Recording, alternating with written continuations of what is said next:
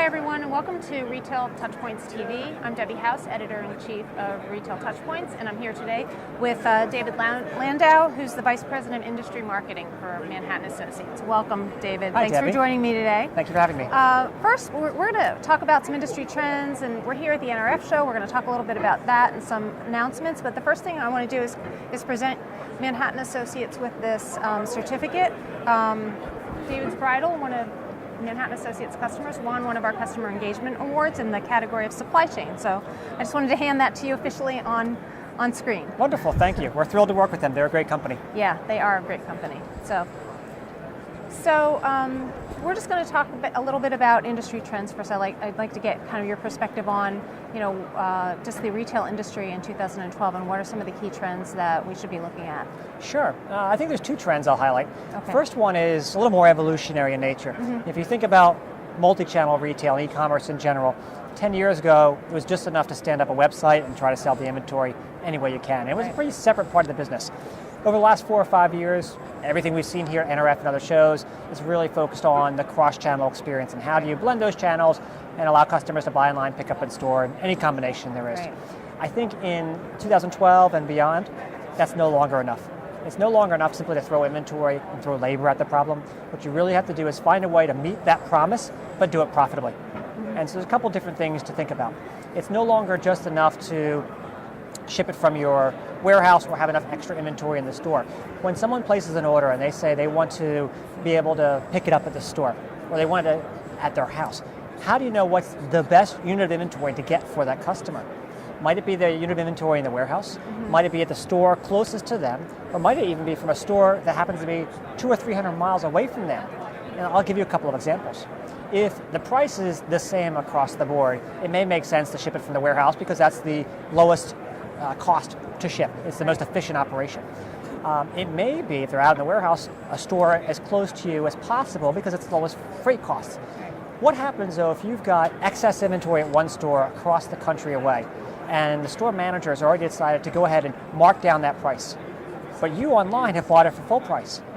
The margin difference between a full price sale and a marked down sale is a lot greater than the extra freight cost to get it from that store. So it's most profitable to ship it from a store that might not be the most obvious choice right away. It's this kind of intelligent optimization and finding the lowest cost and the highest margin to fulfill a customer's order that we think is a big part of the next couple of years of cross-channel retail. It's really interesting because all the customer knows is that I want my product when I want it, where I want it, and they have no idea of the complexity that's going on behind the scenes. And that's one of the key things I think that retailers really need to pay attention to, because it's not just about what happens when the customer walks into a store and interacts with the store associate. You really have to think through, and you made such a good point about you really have to make sure you're shipping in the most efficient process and getting it to the customer when they want it. So it's an excellent point. It's very true, and you actually hit a nice segue to my second point, which was the store associate. The role of the store associate is vastly different today than it was 5 years ago. It used to be their job was to sell or was to run the cash register. Mm-hmm. It's no longer the case. If you're making promises of getting inventory to a customer and filling their demand, you better make sure that you've got confidence that the inventory I think I have in the store is actually the inventory that I do have. Mm-hmm. And most retailers don't have confidence in the integrity of the inventory. So the store associate is starting to do some things that are more traditionally warehousing functions. They're receiving the inventory and scanning it in, either with an RF gun or a mobile device. They're doing periodic cycle counts or inventory audits. When they're filling orders, they're packing orders, they're printing labels, and they're using a parcel shipping system. And these are all things that are more almost task-oriented functions as opposed to the traditional sales function of a store. Mm-hmm. So we're starting to see some more automation of tasking.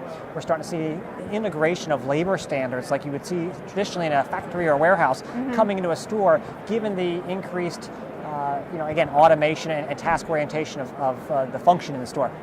So it's really new challenges for the individual store managers and the store associates. It's kind of there's a learning process that goes into all of that, plus the technology that has to be implemented to go along with it. Exactly. Yeah. Exactly. Yeah. That's another good point and a great challenge. Thank you for that. And sure. there are very interesting trends that we definitely need to pay attention to. So now I'd like to just segue kind of into, so we're here at NRF 2012. What are your expectations for, as an industry executive in retail, but also as a vice president at Manhattan Associates? Sure. Well, we look forward to this show every year. It is probably the single biggest show for us. Yep. It's probably the biggest show for a lot of the companies here. Retail. We have a great setup at our booth this year. We've got meeting spaces all over the place. We've probably got 50 or 60 different customer meetings planned. And one of the things that we're very excited about is the setting that we have in our booth to demonstrate just what you and I talked about. We actually have a 3-set stage in our booth where the customer will walk through, the participant will walk through 3 different acts of a play, if you would, showing those different scenarios. And it starts with a customer who's on her mobile device, and she's getting a message from a sale from one of her favorite retailers, and she decides to buy a pair of shoes and have it sent to her house. And so it walks through the experience that she has. It then takes us to the middle, where an executive from a retailer actually walks through the whole optimization process that you and I just talked about, and how that retailer made the decision to get that shoe to that customer in the most profitable way. And then finally, we're in the back of a store, where we're showing the store associate in this new paradigm that we talked about.